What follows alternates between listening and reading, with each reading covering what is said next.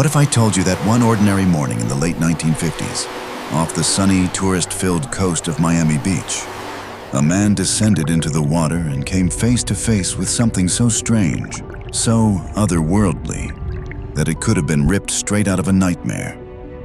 Think about it. Welcome to Jester.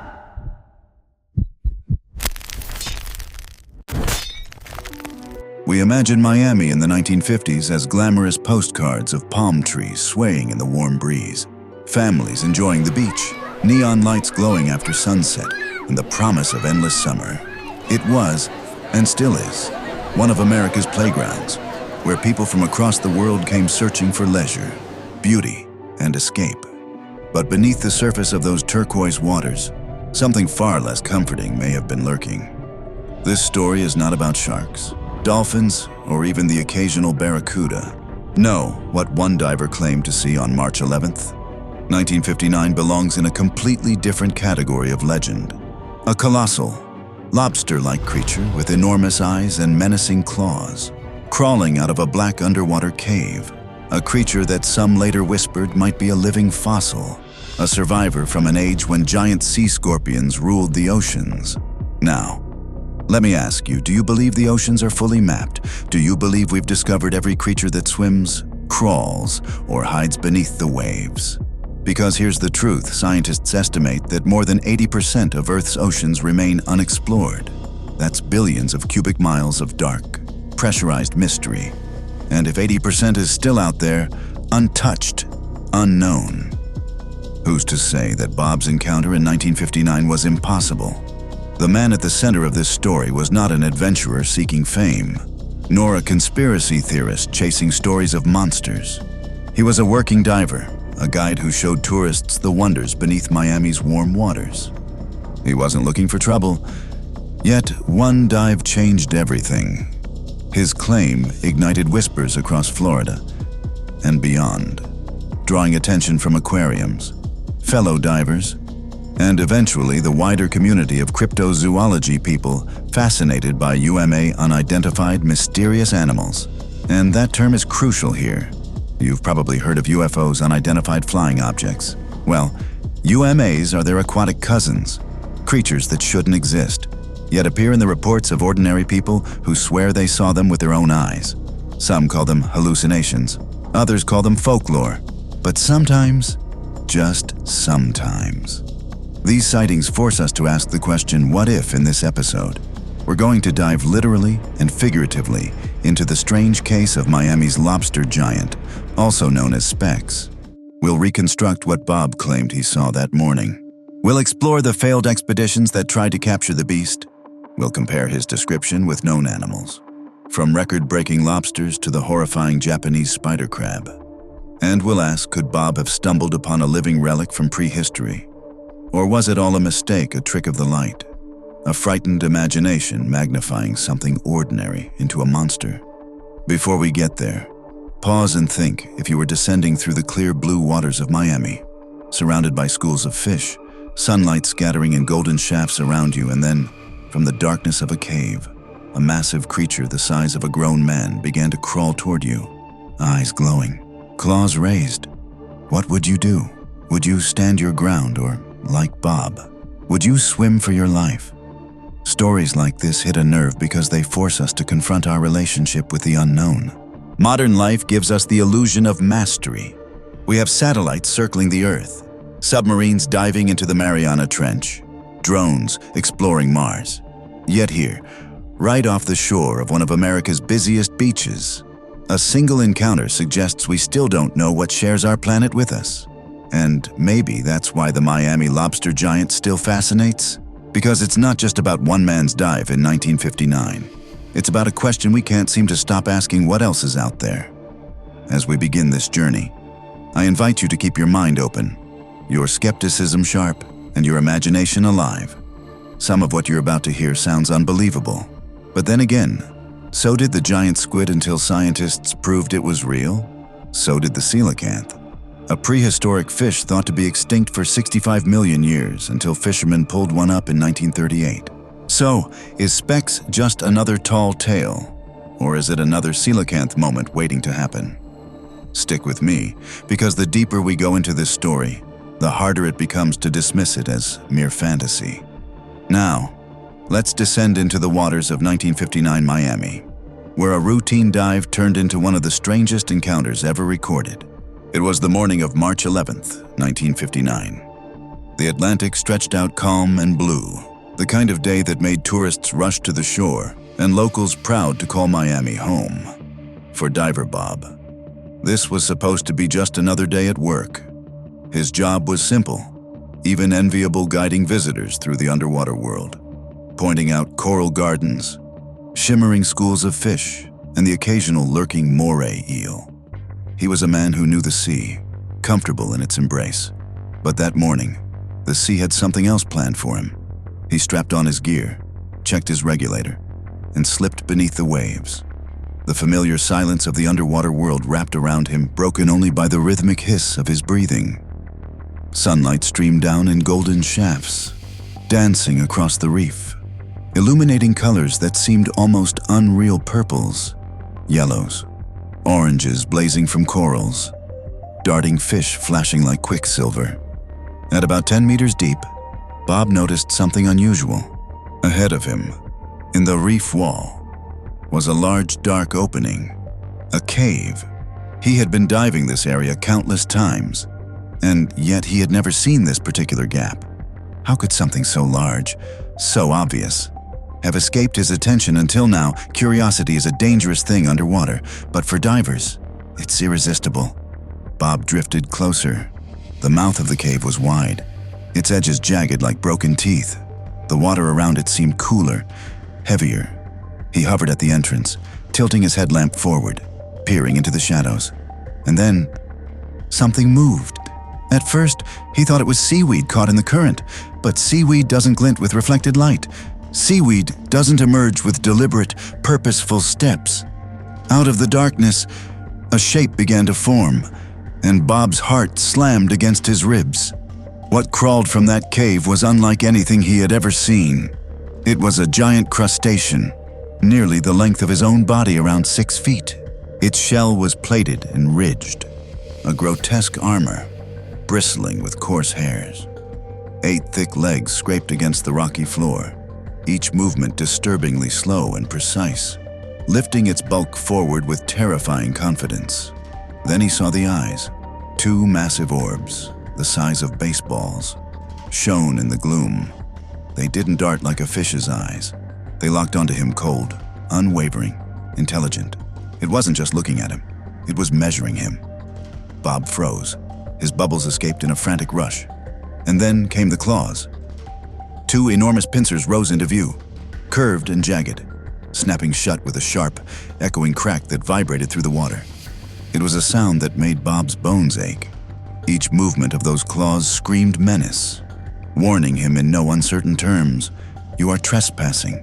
Behind the creature, its tail lashed violently, stirring up sand and sediment. It was like watching the sweep of a scorpion's sting, coiled with potential. The entire creature radiated aggression, and Bob knew instinctively this was not an animal used to company. This was a predator, or at the very least, something fiercely territorial. For a heartbeat that seemed eternal, man and monster stared at each other. Bob later described the sensation as though time had slowed. His senses sharpened to painful clarity. He could see every bristle on its armored legs, every glint in its massive eyes, every ripple of sand stirred by its thrashing tail. And then reality crashed back in. What would you have done? Try to get closer, risking everything to confirm what your eyes could scarcely believe, fumble for a camera, if only to prove you weren't insane, or turn and flee. Bob chose survival, kicking hard. He pushed himself backward out of the cave's mouth, his regulator spitting bubbles in frantic bursts. His lungs burned as panic clawed at him. The water, moments ago calm, now felt suffocating. He didn't dare look back, but he swore he could feel those massive eyes drilling into him, following his every move, breaking the surface. Bob gasped for air, ripping off his mask. The Miami shoreline had never looked so beautiful, so safe. He swam furiously back, dragging himself onto the sand, collapsing in exhaustion and terror. His chest heaved. His hands shook. He was alive, but he knew he had seen something no one would believe. Back on shore, he wasted no time. He told his fellow divers, his friends at the local club, anyone who would listen. The story poured out of him: the cave, the massive body, the claws snapping shut, the eyes like glowing orbs in the darkness. And as expected, the reactions were mixed. Some laughed. A lobster the size of a man. "Come on, Bob, lay off the rum." Others looked unsettled, torn between skepticism and the chilling sincerity in his eyes. But Bob did not waver. He wasn't drunk, he wasn't joking. He was shaken to his core. Yes, but he was certain of what he had seen. Word began to spread. Stories like this don't stay confined to a dive club for long. Soon, locals whispered about the giant lobster that prowled Miami's reefs. Tourists, half amused and half terrified, asked if it was safe to swim. The tale grew legs, or rather, claws. And that's when the Miami Seaquarium got involved. At the time, the Seaquarium was a proud new jewel of the city, showcasing dolphins, turtles, and marine marvels to eager crowds. The idea of a giant, undiscovered sea monster lurking just offshore was too tantalizing to ignore. They dubbed the creature Specs, short for Spectre, and launched expeditions to prove its existence. Professional divers combed the reef. They returned to the cave Bob had described, searching every shadow, shining lights into the depths. They went not once, but 3 separate times. Each time, they came back with nothing. No photographs, no carcasses, no specimens to parade before the public. But they didn't come back empty-handed either. Some of the divers whispered that they had seen something, shapes moving just beyond their lights. A long, armored figure slipping away into deeper water. A few swore they glimpsed claws, or a sudden flash of glowing eyes, before whatever it was disappeared back into the darkness. Nothing conclusive, nothing to satisfy science, but enough to feed the legend. As for Bob, he never dove near that cave again. Once was more than enough. The memory haunted him for years, and he remained consistent in his account until his dying day. He had seen something that did not fit into the tidy boxes of marine biology. Something that should not exist, and yet, in his mind, undeniably did. And that's the crux of the mystery.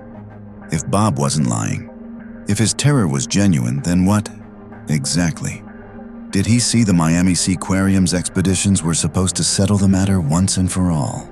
If such a creature truly existed, surely a team of trained divers, equipped with lights, nets, and determination, would bring back evidence.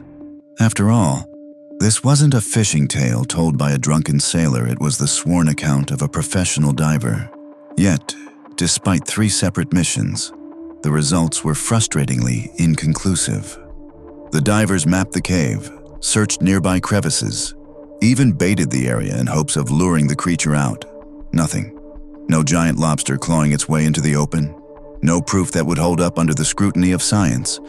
Skeptics had their answer: Bob must have exaggerated, or mistaken something mundane for something monstrous.